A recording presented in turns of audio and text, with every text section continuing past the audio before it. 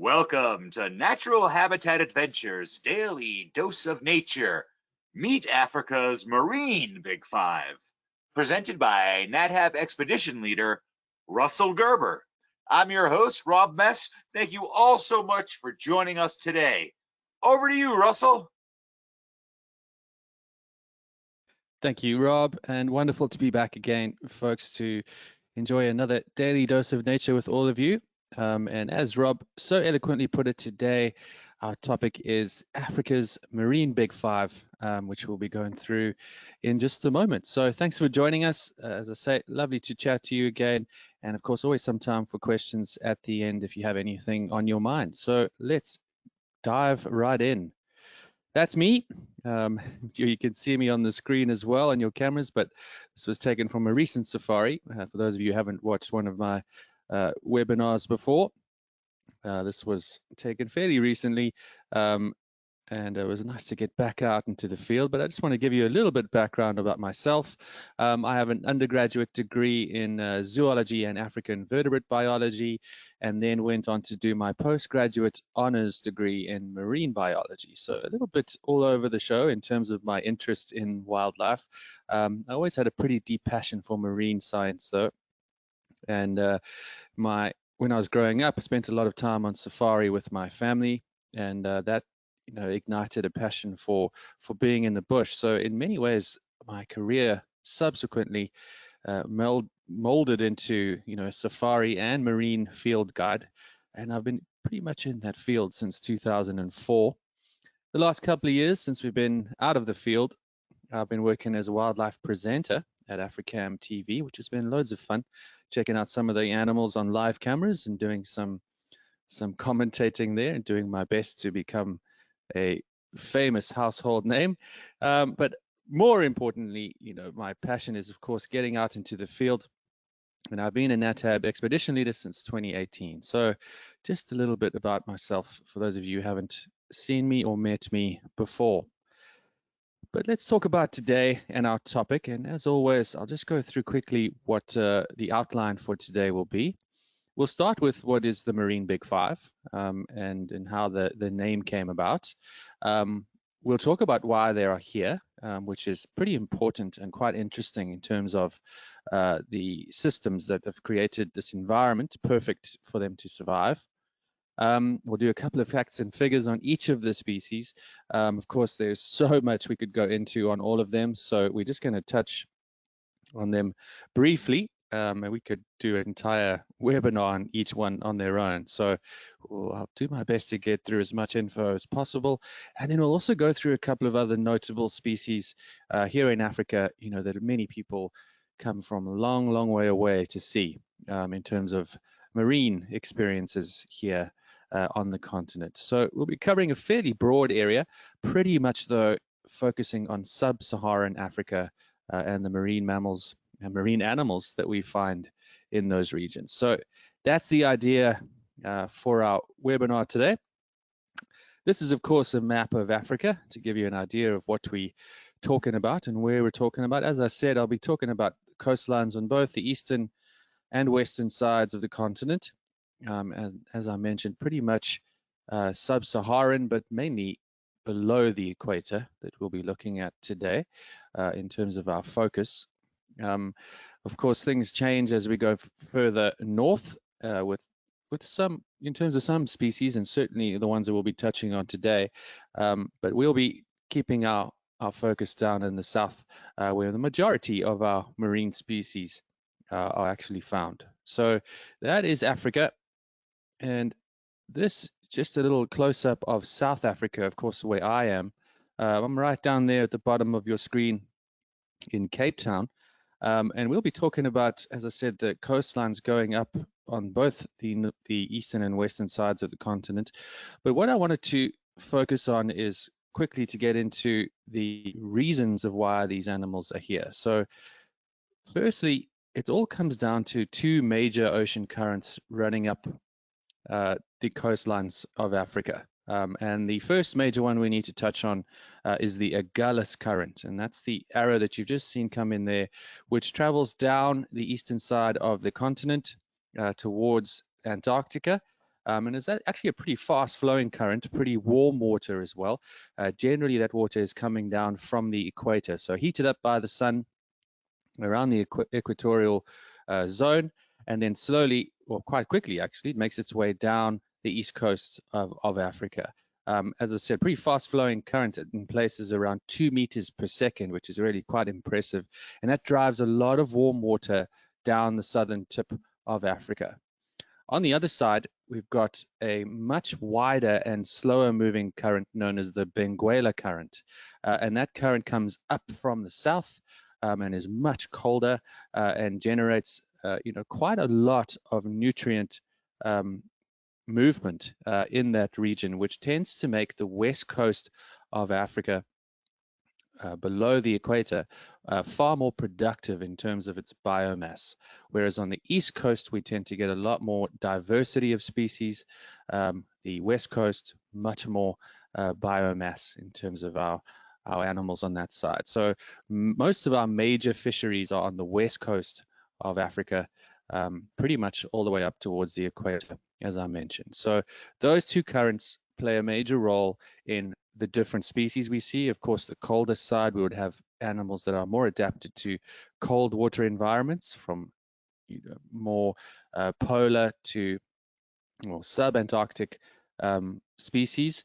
And then on the east coast, more tropical to subtropical species that you would see because of that warm water current flowing down from the equator. So that's really driving these systems, and the meeting point of these two ocean currents also just creates the perfect situation for a lot of endemism, where we see a lot of species that occur nowhere else in the world, all driven by these two currents in the same location. So around the Cape itself, around Cape Town, we get a lot of endemic species in certain spots. In fact, more than 60% of the species are endemic. And we spoke a little bit about that in my webinar last week about the Cape of Good Hope. But today we're going to do a more broad look at Africa, but that gives you just a little bit of background on the systems working behind the scenes to create this incredible environment where we can have all sorts of different species. But what is the marine Big Five? What is that all about? And the Big Five term is in fact a marketing term mainly. The first time we saw it was really long before the ages of marketing, but it was all about hunting. It was a hunting term for the animals of Africa, and it was the 5 most dangerous animals to hunt. Now, later on, it became a marketing term in tourism, where seeing those animals became, and taking photographs of them became a big target for many tourists to Africa. So what we then had was those Big Five who were originally hunting, as I said, originally a hunting term, became a marketing term. And they were, of course, the lion, leopard, elephant, buffalo, and rhino. Now, the marine Big Five is in many ways just a marketing term. But for many people here in South Africa and Southern Africa, they are species that for almost all of us, you are very excited to see whenever you manage to come across them. And the first of them is, of course, the African penguin that we're looking at here. So this one is preening itself nicely, and we've got a couple of other photos to look at as well of them. But this is the African penguin, as I mentioned, which used to be called the jackass penguin. Now, that wasn't an insulting name for the poor little birdie. It was, in fact, referring to its call, which sounds very much like the braying of a donkey. So it originally got its name, jackass, from that calling sound. Later became dubbed the African penguin because it is, in fact, the only African or penguin species that nests and breeds on the African mainland. It is endemic to Africa, as the name suggests, and is part of that Spheniscus genus, which consists of what we dub the banded penguins. And for some of you who've been out into the South American waters and coastlines, the Humboldt, Magellanic, and Galapagos penguins are all part of that Spheniscus genus, all part known as the banded penguins. So they look quite similar in many ways, but what's quite unique about the African penguin is that pink, or those pink markings above the eye that you can see clearly here in this picture. Now, those little pink markings we'll get to in a minute, but they're essentially there for thermoregulation. But how big are these penguins? If you haven't seen them before, they're only about 50 to 70 centimeters, smaller than your Antarctic penguins, which of course would be your king penguins, emperor penguins, etc. But bigger than many other penguin species too. So around about average when it comes to the penguins, and weighing it around 2 to 3.5 kilograms or 5 to 8 pounds, for those of you who don't know your metric system as well as we do. The males tend to be slightly larger than the females, and each has a unique spot pattern. If you can look just through the picture here, you can see a little spot pattern on their chests and stomach, and each of them has a unique pattern that they say is, scientists have actually identified it as being almost as unique as a fingerprint, and they think it is utilized, or that spotting pattern is utilized by the chicks and even their partners in larger colonies to actually ensure that they're meeting up with the right chick and or partner. Also, they think the scent and the call and vocalizations help with that idea as well. But it's an interesting little bit of science in terms of those markings itself. The penguins themselves basically have 3 life stages, and if you do come down to check them out, you can find these penguins pretty much all the way from the Namibian coastline, which is north of South Africa, all the way around the southern African coastline into the Indian Ocean area at around about Port Elizabeth, where from Port Elizabeth down, the water starts to cool down a little more, and Port Elizabeth up north towards Mozambique, the water gets warmer and warmer, and just, the penguins don't do quite so well in the tropical waters. But we basically have 3 life stages that you'd see on any given day at one of the colonies here down in the Cape. And that would be the chicks, which are little fluffy gray balls of feathers. They, of course, do not have waterproof feathers. We have the sub-adults, which are often referred to as baby blues due to their coloration. They look almost a slightly blue color in certain light, and they do have waterproof feathers. And then, of course, the adults, which have the characteristic black and white coloration. That black and white coloration is pretty common in many species, both terrestrial and aquatic. But what is interesting about it is it is, of course, a system utilized in camouflage. So that lighter belly when they are swimming helps to just break up their silhouette a little, as any potential predator looking from underneath looks up, the white belly blends in a little bit better. And if anything's looking at them from above, the darker back or dorsal side blends in a little bit better with the darker surroundings as you're swimming through the water. So that counter shading is pretty helpful in that regard as well. Those pink sweat glands above the eyes, as I said, are all there for thermoregulation. They go pinker the hotter that they get. And in certain points in Africa, certain times of year down here in Cape Town, you can have temperatures reaching certainly into the 90s Fahrenheit. So at times it can be quite challenging for them. But the water tends to stay pretty cool, so that is one way that they can cool themselves down. But that's very much the reason behind the pink glands or coloration above the eyes. So here you see a lovely little group of them. They do, of course, live in colonies. We have a couple of colonies down here in the Cape, one in Simonstown, and then one in an area known as Betty's Bay.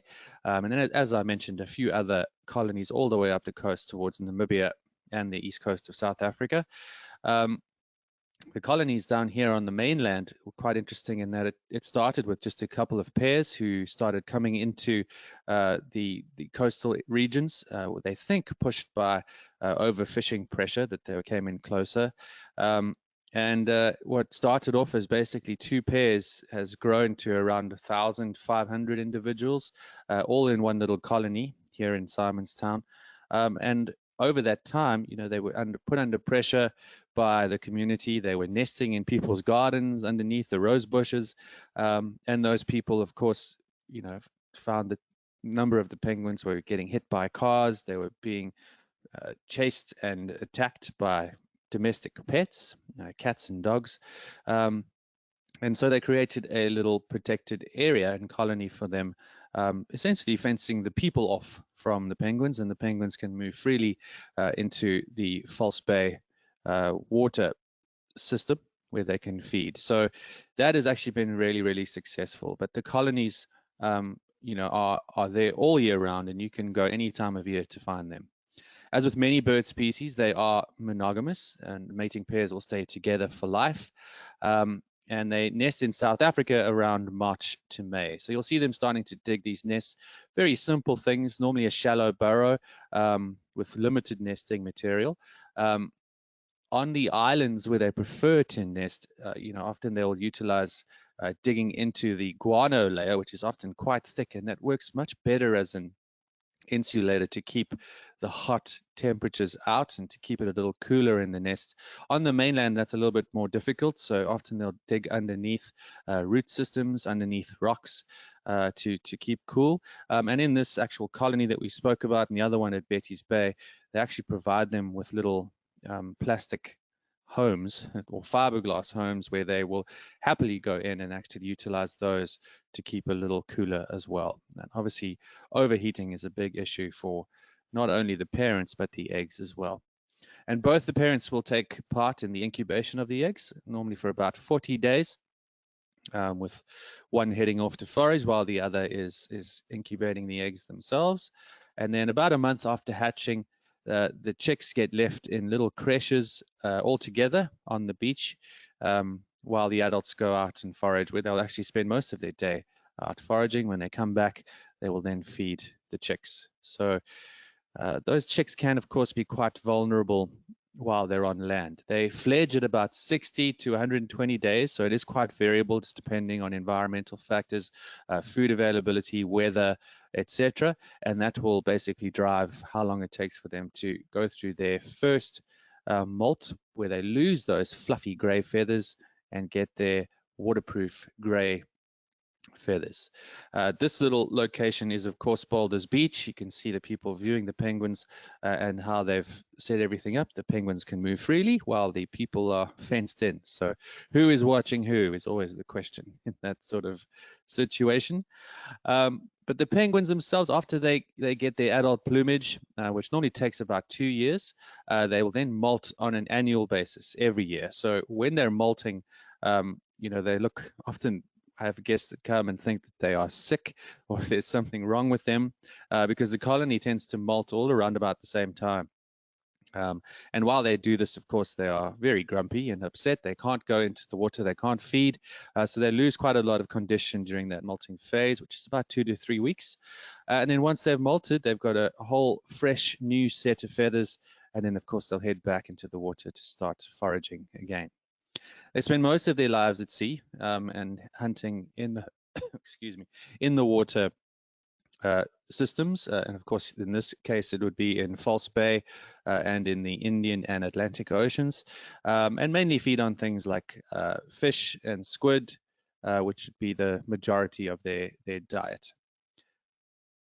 Most of their lives at sea, like I said, they return to their natal colony to breed, which is really, quite impressive. And as I said, this colony in particular has been around for about 40 years now, since the penguins started arriving, and the numbers have really grown in this particular region, now reaching a sort of level of stability, which we'll go into that a little bit further in just a few minutes. But the lifespan of each is around 10 to 25 years. So some of them, we've been seeing coming back to this location for many, many years in a row.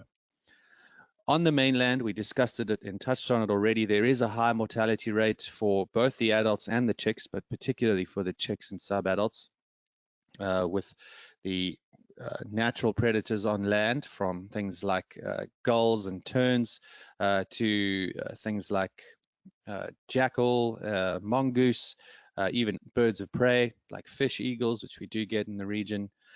They're all potential predators for the penguins on land, and of course domestic animals that we mentioned too.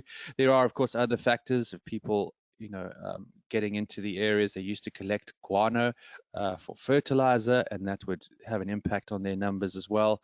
But there are a number of factors that have put pressure on the species as a whole and make things difficult for them. As I mentioned, because of these factors and the high mortality rates, they often prefer nesting on islands to avoid terrestrial predators as much as they can. So we see that in a few areas along our coastline up towards Namibia as well. So sadly, like many of the penguin species, if not all, if I'm not mistaken, they are listed as endangered on the IUCN Red List. So even though this particular population at Boulders Beach is stable for now, the numbers have been declining quite rapidly over the last 50 years or so. Then next on our marine Big Five, as I mentioned, there's so much information on each of these, so we only have so much time. But the next one is, of course, the Cape Fur seal, often referred to as the brown seal as well, or brown fur seal. I much prefer the Cape Fur seal. It makes it sound much more fancy. Pretty easily recognizable. We see them, all over this coastline, again, up towards Namibia and up towards Port Elizabeth on the east coast as well, preferring the cooler water. They have external pinnae, or ears, and then long vibrissae, which of course is just a fancy word for whiskers, and that is pretty, pretty much an identifying factor for these particular species, and that's how most would identify them. They're the biggest of all of the fur seals that you get around the world, with the males being at around 2.3 meters, 250, even 300 kilograms, some of them. The females are around 1.8 meters and quite a lot smaller at about 120 to 150 kilograms. So in some cases, half the size of the males. As I said, they occur from basically northern Namibia all the way to Port Elizabeth here in South Africa, and actually a little bit further north of PE as well.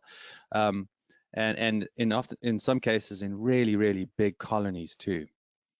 Here you can see this is one of the colonies. This one's up in Namibia, actually, known as Seal Cross, and a huge colony in that region, which again we'll touch on in just a little bit. But this particular group of seals, the males prefer to haul out and breed on rocky islands, rocky ledges, reefs, and mainly rocky shores tends to be the things that they prefer, and occasionally sandy beaches, but mainly these rocky shores.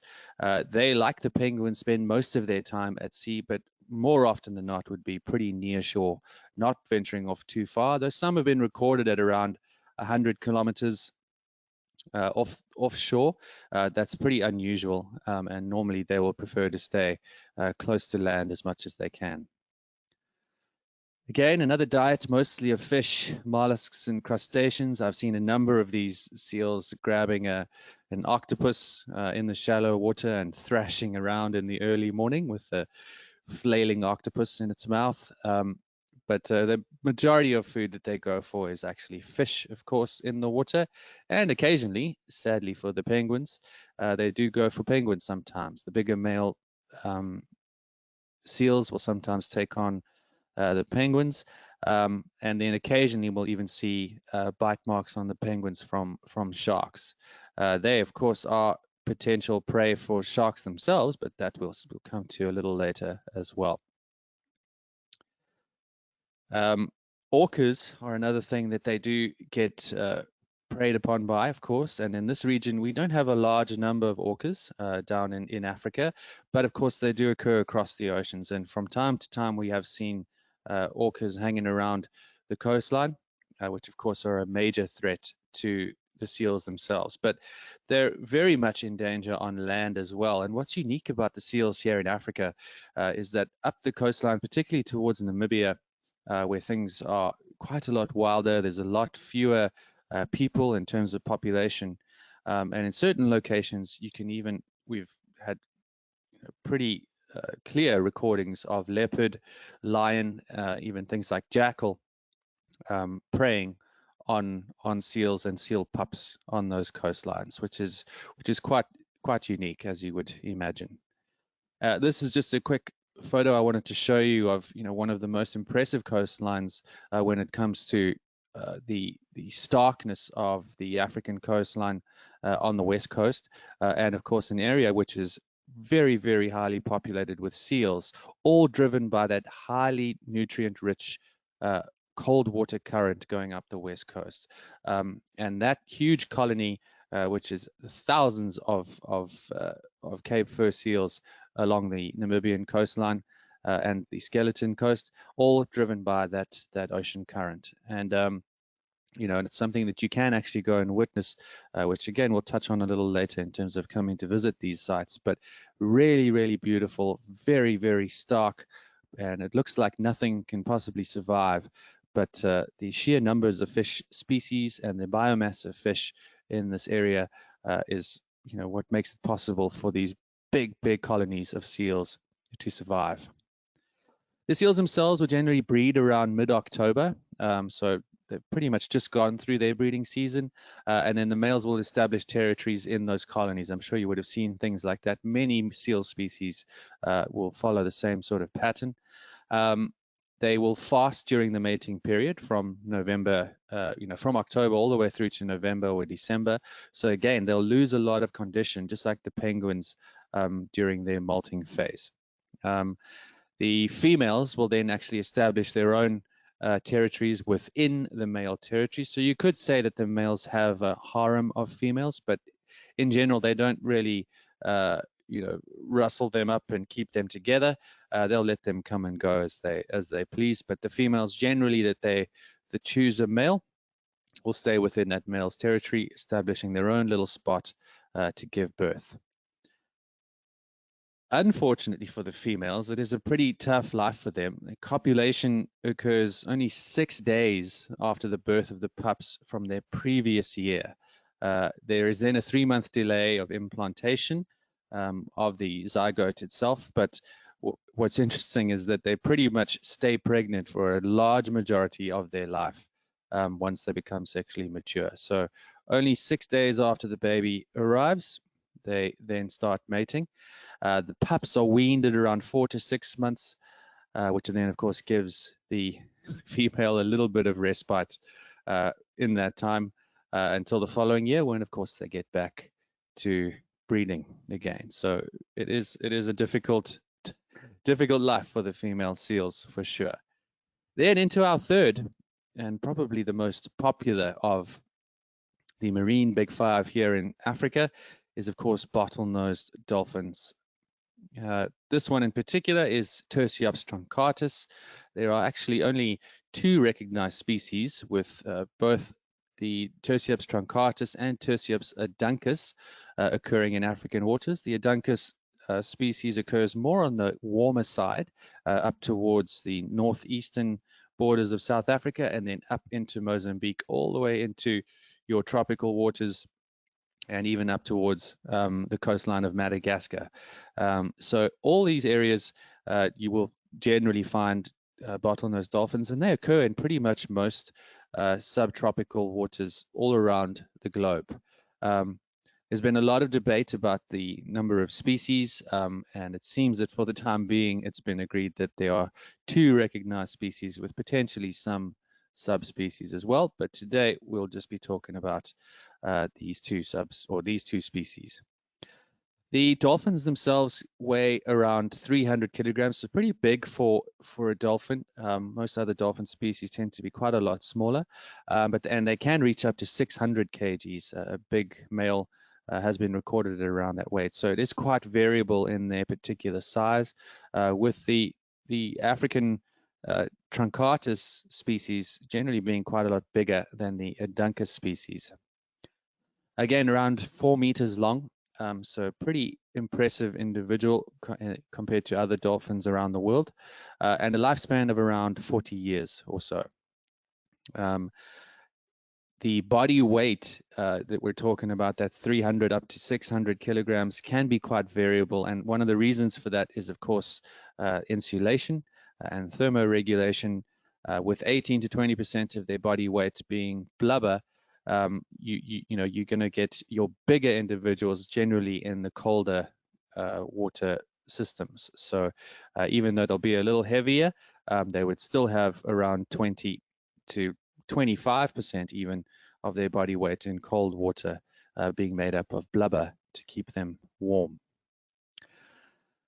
They, of course, are pretty sociable animals, and they will often hunt together. If you see them swimming along the coastline of South Africa, Mozambique, up towards Namibia, and even into Angola, generally, if they're on the hunt, they'll be moving very quickly through the water with just a brief little visit to the surface as they take a breath and then carry on moving down, often referred to as porpoising, as they move through the water. As they hunt, of course, many of you would know they use echolocation for hunting, which is, of course, a form of sonar where they use sound waves to reflect off of potential prey species. But they also have excellent eyesight. They have a split pupil, which is quite interesting. It allows them to see equally well above and below the water, and you'll often see them actually looking above the surface as they move through the water, and if they are hunting anything near the surface, they can quite easily come up and put their head out of the water, and sometimes even check people out. If we're out on an activity where we see the dolphins, it's not unusual for them to swim sideways and look at you with their eye out of the water, and absolutely can make out all of your beautiful facial expressions. So remarkable eyesight as well. They actually don't have great sense of smell, with, of course, their blowhole being basically their nasal system. It doesn't, of course, bode well in terms of a sense of smell in the water. They can taste things, certainly, through their mouth, but sense of smell, not great. Sense of hearing is excellent, and they pick up a lot of sounds through their lower jaw in terms of echolocation, but they do have little ear holes for hearing as well. Mating occurs for them any time of year, and gestation again around 12 months, similar to the Cape fur seals. The calves are born underwater and are generally born tail first. So as they come out, as the head pops out, they'll then swim straight up to the surface to take their first breath, accompanied by a mom. And they weigh at around 10 to 30 kilograms when they're born. They suckle, of course, on the mom for even up to 8 years, which I believe is quite unusual. Most of the time it would be around 2 to 4 years when the female or the mom would then decide, no, that's enough of that, and of course look to have another youngster after about 2 or 3 years in between babies. So even though suckling can continue to 8 years, it's not very common. The females sexually mature at around 5 to 13 and the males at 9 to 14, so just a little later than the males. And then, as I mentioned, they reproduce just about every 2 to 6 years, depending on the individual and environmental factors as well. This was another shot. Actually, this one's taken from Mozambique. So this would be the Aduncus species. Again, very difficult to tell them apart by just looking at them. Generally, Aduncus being a little smaller. As I mentioned, they, of course, are very social animals and will have different social groups. Often the males will be alone, and if not, they'll be in small little groups or bachelor groups, and then join the pod for short periods, or if there's really good fishing and feeding around, you'll often see them together in larger numbers.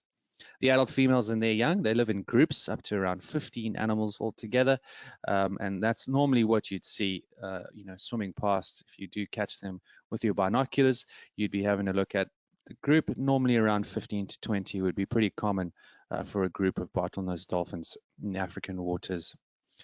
They, of course, also mainly feed on fish, mollusks, and amazingly can eat around 20 pounds of fish per day. Again, even more if there's availability. And in some cases, in certain times of year in Africa, there is certainly a lot of benefit to taking on as much as you can with some real times of plenty in certain times of the year, certainly in southern African waters. And we'll touch on that little incredible environmental occurrence that happens every year here in Africa, in South Africa, a little later in our webinar today. Their natural predators are, of course, also orcas and sharks, but very seldom do you actually see successful hunt from sharks on dolphins, particularly because they tend to be in groups.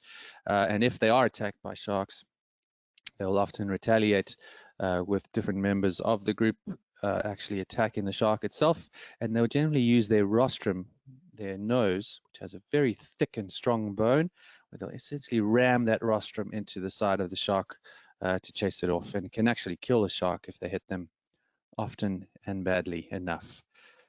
But moving along, as I said, we don't have a lot of time on each of these, considering there are so many of them and there's so much information. But the next one of our marine big five is, of course, the southern right whale.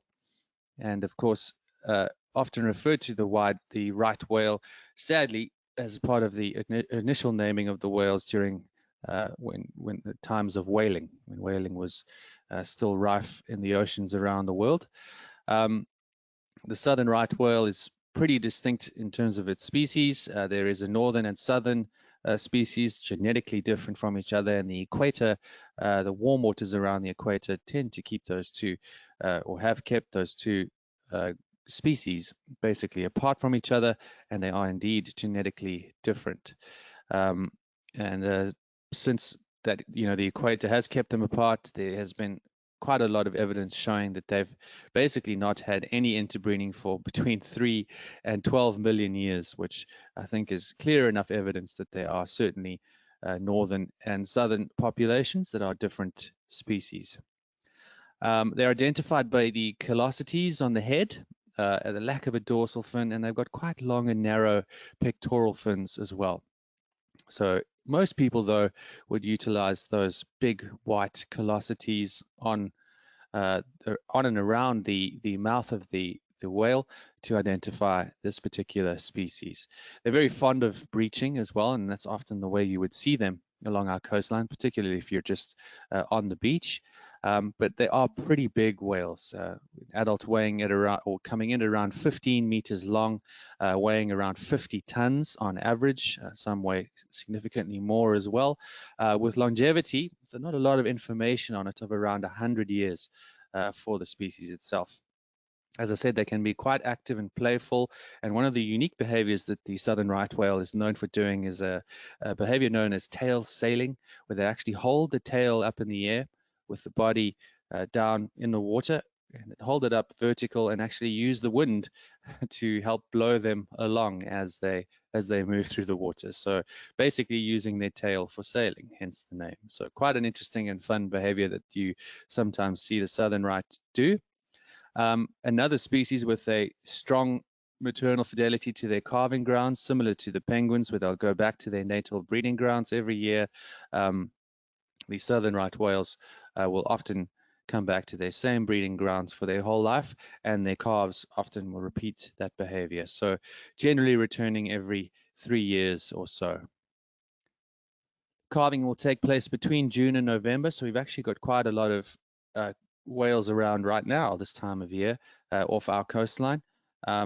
And as I said, mostly you would see southern right whales. We also get humpback whales in the area, also Bruder's whale, which is quite common, but certainly southern right whales would be the most commonly seen whales off our coastline here in the Western Cape.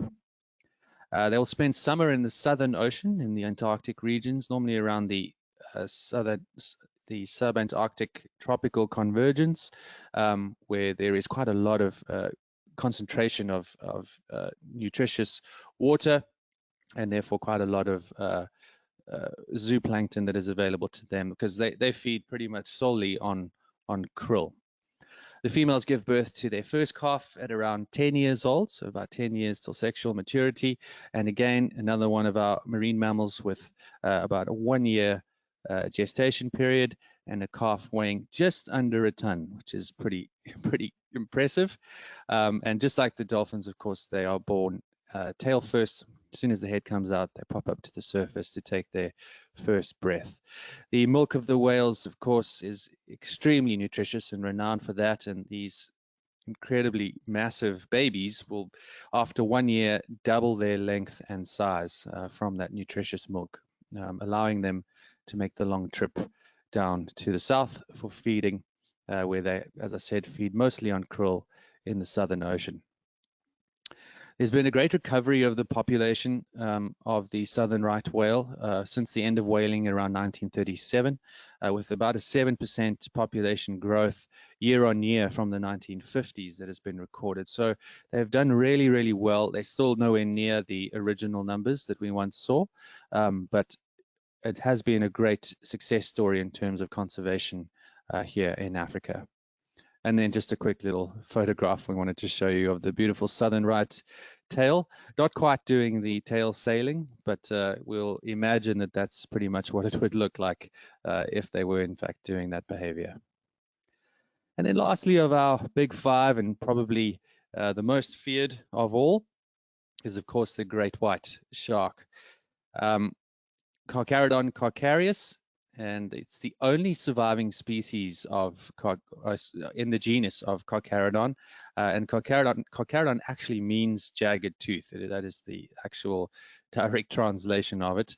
The females tend to be bigger in the white sharks and will grow to some around 6 meters or 20 feet in length, which is pretty big. They often are a little smaller than that, and weighing in at around 1,900 to 2,500 kilograms, or 4,000 to 5,000 pounds, basically. So a really, really massive shark, and one of the biggest, fish predators in the ocean.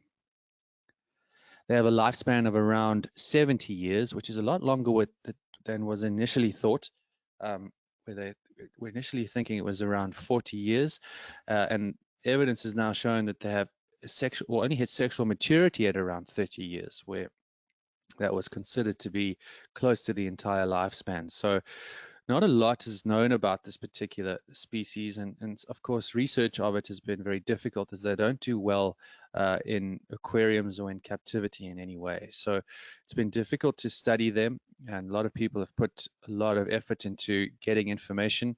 They tend to prefer open ocean and move out long distances in some cases. So it is a very difficult species to study. Often the water that they spend their time in, which is pretty much all around the world, and are present in all coastal waters, as you can see, between 50 and 75 degrees Fahrenheit. Generally, though, where they occur, the weather can be quite unpredictable, and the ocean can become quite murky quite quickly. So getting in to study them on a good clear day can be quite tricky. And if you can't see where they are, if you're doing research on them, it's not an ideal working environment, as you would imagine. Shark cage diving is hugely popular here in the Cape, and a lot of companies have been working, with cage diving for a long time. There are various arguments in terms of whether or not it is positive or negative in terms of the behavior of the sharks, but for sure it has gained huge popularity and garnered a lot more awareness about the sharks themselves, and they've done quite a lot of good in terms of giving more and more information about the sharks. As I mentioned, they prefer epipelagic waters where there's good feeding available, seal colonies, good fish, shoals, etc. Because they do require quite highly nutritious food to survive, being such a big shark. One of the densest populations in the world was around here in South Africa at Dyer Island. Those sharks have moved a little further north for the time being, which we think is due to the impact of a couple of orcas that have been hanging around and known to actually prey upon the sharks themselves. But it's also potentially due to a lack of fish available, that they've moved a little bit further up the east coast into slightly more tropical waters. So we'll keep an eye on that and see where they end up. We're starting to see a few of them coming back down south now, but it's still very much unknown what the move is all about. They also travel really, really long distances in open ocean. They've been known to migrate in this case, they go into deep water, which is pretty unusual for a shark species. They do migrate as well, which we'll get to in just a second, but they've been recorded at depths of around 12,000 meters, or 1,200 meters, excuse me, which of course is pretty deep for a shark, and again changes the idea that they tend to prefer shallow coastal waters. So again, a lot more that we don't know about the shark. But as I said, they are also known for their long migration, with one of our sharks here from the Cape actually recorded of swimming all the way to Sydney, around 12,000 miles, 6,000 miles one way, and then all the way back again in basically 1 year. We don't know why she did it. They're still not sure what the purpose of those migrations are, but still remarkable that they are traveling really long distances. And again, what on earth they're feeding on along the way is difficult to tell. But in many cases, the suggestion is that whale carcasses play a very important role in the survival of white sharks. There's a clear hierarchy between them too. If you ever see them on one of those whale carcasses all together, you will see that there is a clear hierarchy, with generally the bigger species or bigger individuals being more dominant, generally the females being more dominant, and then the local individual being more dominant if they're roughly the same size as another arrival. They often display what's known as spy hopping, which you actually see them lift their eyes out of the water to look at potential prey at the surface. Again, really, really good eyes. They don't have the split pupils of the dolphins, but they can still see pretty well outside of the water. And as many of us know, they prey on seals, cetaceans as well that we spoke about, and of course even other sharks, other younger, smaller white sharks too, but mainly fish, particularly in the summertime, when there aren't a lot of seals available for prey. Around the Cape too, which of course is this photograph, the sharks have been known for breaching. In certain locations, it's just the perfect location where there's a deep water channel close to a seal colony, where the sharks have learned to swim up from the depths at great speed and attack their prey from below, in the process jumping into the air. And there was a great documentary done on the sharks around the Cape, known as Air Jaws, for this remarkable behavior. Not so good for the seals though. And as I mentioned, whale carcasses are pretty important for them, often seen around the Cape. As we spoke about, whales pretty common in this area. The sharks will feed on that blubber for weeks if it's available, to get as much nutrition out of it as possible. As we spoke about, there's little known about the shark in general, but reproduction even less. We've only had recent information on people actually witnessing them mating, where it was suggested that they mate in shallow water, away from the feeding areas that they frequent, where they roll belly to belly during the copulation process. That we've never seen a birth, or it's never been recorded. So the only information we have has been taken from pregnant females, where they've actually seen and had a look at the babies inside from dead individuals. They're ovoviviparous, which of course means that the eggs hatch inside the belly of the mom, and then eventually after 11th month gestation period, those babies will come out. The pups actually practice oophagy, which of course means that they eat the other youngsters inside the mom's tummy before they come out, which is pretty brutal, but of course it's all about competition. And it has been recorded that a maximum of around 14 pups can be born at once, even though we've never seen it happen. So I just wanted to show a little diagram or a picture, sorry, that this was not here in the Cape, but I wanted to show, this is the only picture I could find of an orca that was of nice quality, just to give you an idea that the orcas are around. They certainly don't hunt seals the way that this is done. This is from South America. They do hunt them in the deeper water, and the orcas are certainly an issue for the great whites, like we spoke about, with some evidence of them actually killing the white sharks and even just eating the liver, which of course is very, very nutritious. We've had a few white shark carcasses wash up on the shores with just that part of the shark eaten, suggesting again that it was indeed the orcas preying on them, and that may have had something to do with many of the sharks moving out of the area, though that's still a debatable point. Another thing we have to mention, in terms of the other notables here in the Cape, is the sardine run. The sardine run, these are common dolphins along the east coast of South Africa, is one of the most impressive wildlife migrations in the world. it actually rivals the biomass of the Great Migration in East Africa of the wildebeest and zebra. Just to put in perspective the huge numbers involved here.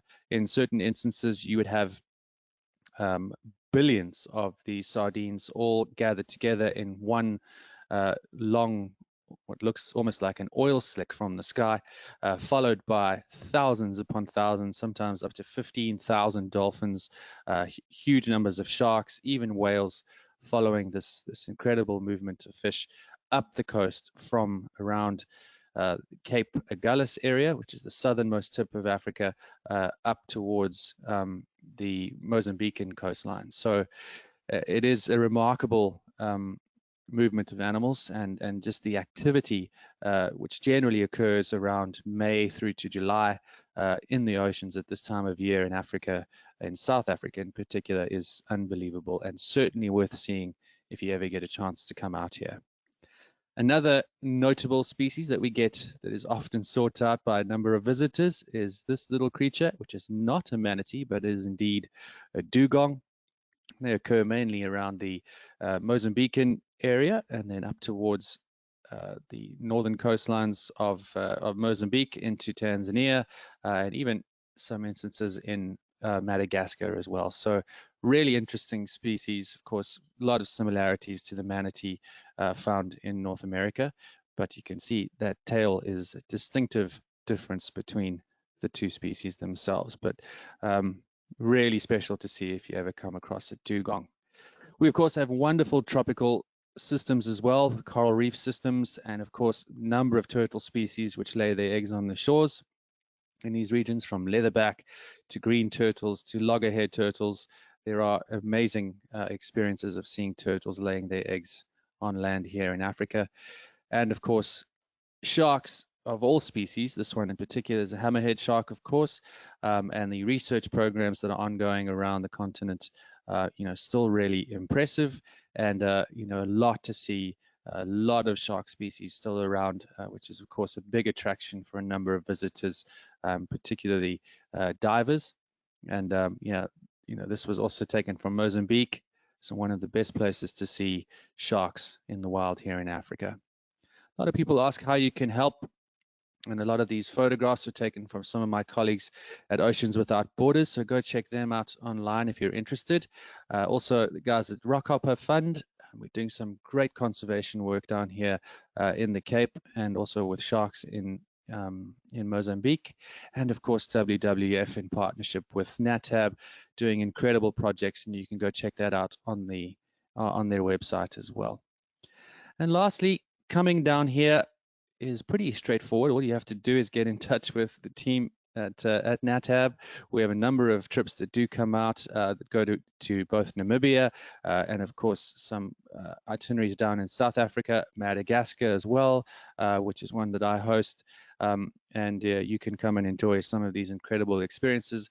This photograph just taken from the beautiful beaches of the Skeleton Coast, which of course just looks pretty darn magical, I would say. But folks, that's about it from me, and thank you for putting up with me for all this time. And I know I went a little long, but if you have a few questions, please do let me know, and I'll do my best to answer them for you. Thank you, Russell. Now, before we start the question and answer session, I'd like to remind everyone that you can submit your questions via the question field in your control panel. All right, we do have time for a couple of questions, so let's get to it. Let's talk about the penguins. Now, did you say these penguins came up from Antarctica originally?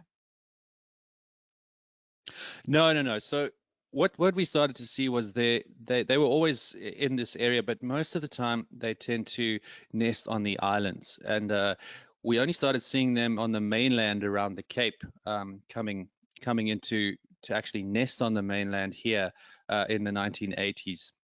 And we don't exactly know why.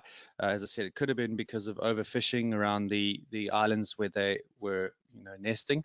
We don't really know, but the colony just grew and grew and grew. But they've occurred naturally on Africa for number of years, thousands of years. So it's simply seeing them nesting on the mainland was just quite unique, and that's why that whole new colony was really just interesting to observe, and how things have gone there over the last 30, 40 years. So do any of the adult penguins stay near the creches to protect the chicks that are left there? They do. You almost have a couple of babysitters that will hang around, but often not too close, and the penguins will often fend for themselves. And it's again why that mortality is quite high. But if the adults are around, you will see them chase off, any potential predators that come into the area. And generally at night, the majority of the colony will be back on land. And so at that time, they'll chase off any potential predators that are hanging around. But yeah, they get left alone quite a lot. And so if anything is interested in taking, one of the seal chicks, it's not too difficult for them to do so. And so what is being done to protect these penguins in the area? Well, the biggest thing has been trying to keep away, as much of the human intervention as possible, and of course the impact of domestic animals on the coastal regions. The island areas and the wilder areas up towards Namibia and outside of, the major towns where the penguins are here in South Africa, they've just basically tried to keep them as untouched as possible. The islands are a little bit easier to protect. They're difficult to get to, often rough waters, and we're seeing decent numbers in those areas. And the biggest thing, though, really has been overfishing, which has obviously had a huge impact on their numbers. Pollution, from anything from oil spills to simply just plastic in the water.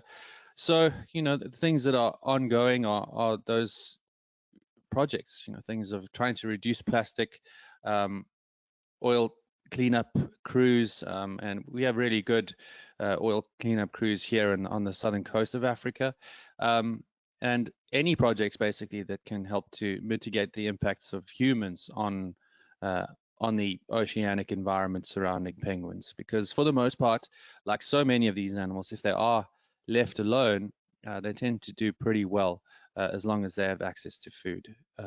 So yeah, there are a lot of people committing a lot of time to it, and the penguin colony here has been a great success, as I said, with the numbers that we've seen there, and also it is one of the most visited tourist destination sites in Africa, the penguins at Boulders Beach, and again, with a population that's steady and or growing, with even that number of visitors, it's a pretty good sign.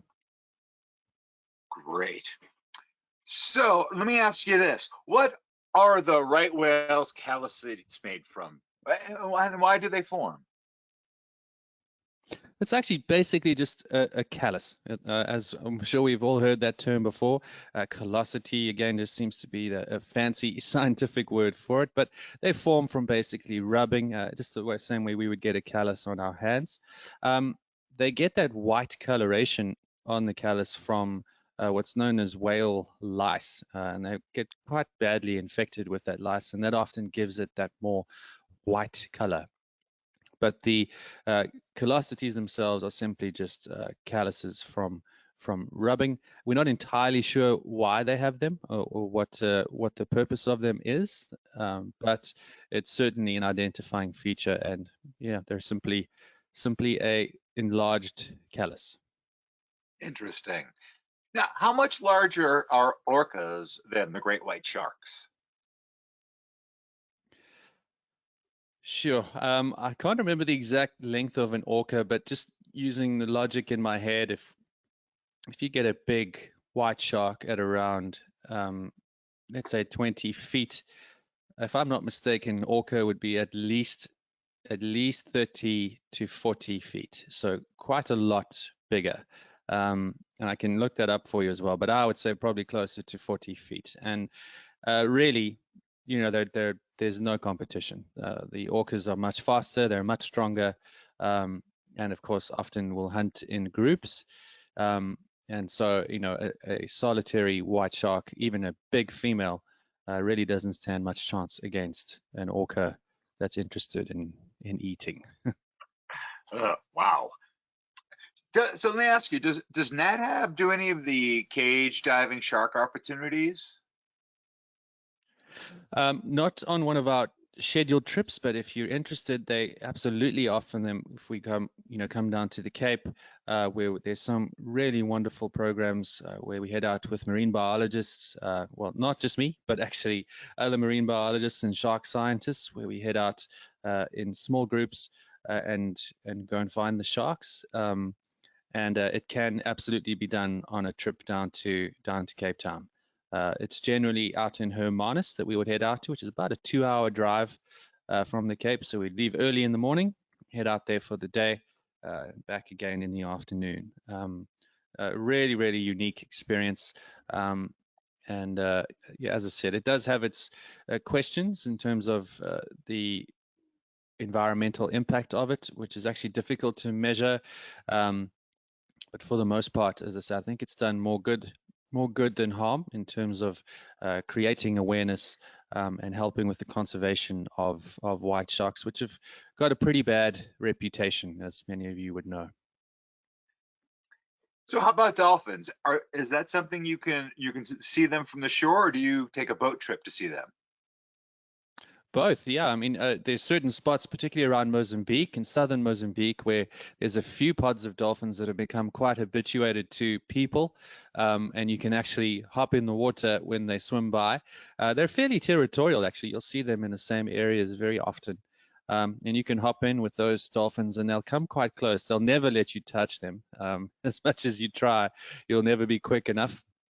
They're always keeping an eye on you, but they're naturally inquisitive. So, in those environments, you can get some really, really good views, particularly in the clear waters of southern Mozambique on a good day. So that's one way to do it. The majority, for sure, is seen from the coast. A lot of coastal destinations and holiday resort towns where you can see them, and they frequent the South African shore pretty often, and all the way up towards Mozambique and into Tanzania, as I mentioned as well. So yeah, that whole coastline, particularly north of Port Elizabeth, is often referred to as the Dolphin Coast, because seeing bottlenose dolphins and common dolphins in that area is pretty common. So let me ask you one last thing. We love this picture, your thank you picture. Is there any particular story about how you met your good friend here? Yeah, so this was actually on a trip. This was with NatHab. We actually stopped. This was a private trip though, which we were tailor-made for a group. Which we actually went up to Walvis Bay, which is one of the bigger towns on the coast in Namibia. And these seals have become quite habituated around the boats. So we were actually out heading to take some pictures of the seal colony. And we were on our way out there. And some of the fishermen in the area, they don't like these seals very much because they steal their catch a lot. But they associate the boats with food. And so these seals would often, as we were cruising along, at a fairly decent pace, the seals will happily swim right up behind the boat and jump onto the deck just to say hi. So obviously we, at this particular instance, didn't feed them, but they were quite happy for us to get pretty close. And this chap, who was a young male, he was very, very relaxed. But this was about as close as I was willing to get, because they do have pretty big teeth, and these are certainly not tame seals. So yeah, a really fun experience though. Well, it's a wonderful looking picture. Well, I'm afraid that's all the time we have for questions today. So I'd like to throw it back to you, Russell, in case you have any closing comments. Yeah, thank you, Rob. Nothing more really from me, folks. Just a great thank you to all of you for watching, as always. Yeah, wonderful, wonderful things to see in the marine world here in Africa. Not just the, of course, fantastic animals and terrestrial animals we have. So I would certainly recommend, if you are coming out on a safari, to make some time to get to the coastal regions of Africa, because there really is a lot to see and a lot to offer that a lot of people don't get the chance to do. So check it out. Get in touch if you're interested. But thanks for watching. Thank you, Russell, for taking the time to present for us today. And I'd also like to thank everyone who tuned in. Join us tomorrow for our next Daily Dose of Nature. You can check out this week's lineup, including registration links, on our website at nathab.com/webinars. We did record today's presentation, and we will have the replay available on our website soon. With that, I will conclude the webinar. Goodbye, everybody. We'll see you next time.